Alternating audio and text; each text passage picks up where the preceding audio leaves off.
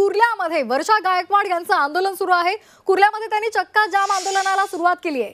हे दृश्य आपण पाहतोय। कुर्ल्यामध्ये वर्षा गायकवाडांचं आंदोलन सुरू आहे आणि जुनी झाडे 150 वर्षापूर्वीची झाडे आहेत। आम्ही याला कुठेही रस्ता अडवायचं काम केलं नाही। आम्ही शांततेने अहिंसेच्या मार्गाने महात्मा गांधीजींच्या रस्त्यावर चालणारी माणसे आम्ही इथे आलेलो आहोत। शांतपणे त्यांना बोललो आम्हाला जाऊ द्या आतमध्ये, नाहीतर काम तरी थांबवा। पण त्यांना काम पण थांबवायचं नाहीये। त्यांना त्या ठिकाणी आम्हाला भेटायला पण लोकांना घेऊन जायचं नाही। कोणासाठी चाललंय काम? हे कुर्ल्याकरांसाठी चाललेलं आहे का? साधारण हा किती चाललेलं आहे? हे अडवाणीसाठी काम चाललेलं आहे। साधारण हा किती मोठा भूखंड आहे जो साधारण किती मोठा भूखंड आहे हा? 21 एकरचा भूखंड आहे आणि मुफ्त मध्ये दिलेला आहे त्यांना।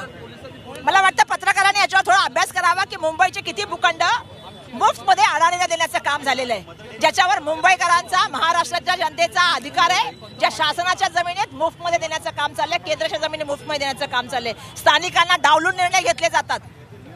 हे कोणासाठी आहे? लोकांसाठी आहे की कोणासाठी? अदानींसाठी आहे? पोलीस यंत्रणा लोकांसाठी आहे की अदानींसाठी आहे? काय चाललंय? जोपर्यंत तुम्हाला आत जाऊ दिलं अडवायची हौस नाहीये, पण लोकांची मागणी सुद्धा जर आतमध्ये जात नसेल, काम थांबवण्याचं होत नसेल तर काय करणार लोक?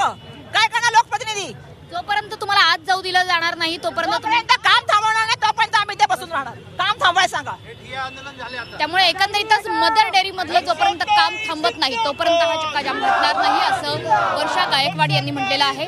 संपूर्ण जो परिसर आहे कुर्ल्याचा रहदारीचा रस्ता आहे, महत्त्वाचा रस्ता आहे आणि या ठिकाणी आता मुंबई काँग्रेस आणि सोबतच वर्षा गायकवाड यांच्या नेतृत्वात इथले स्थानिक नागरिक सुद्धा आता चांगलेच आक्रमक होताना आपल्याला बघायला मिळत आहे। कॅमेरामन अशोक सह मनोज पाठक, झी 24 तास, मुंबई।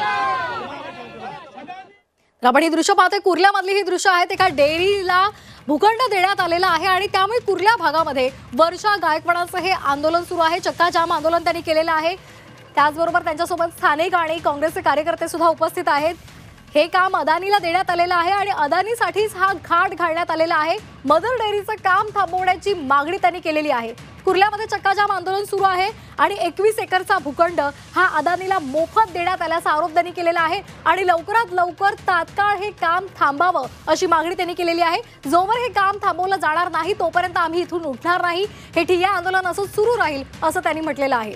हातामध्ये पोस्टर घेऊन सरकारचा निषेध नोंदवला जातोय। हे सरकार अदानीसाठी कार्यरत आहे असा आरोप सुद्धा त्यांनी केला आहे।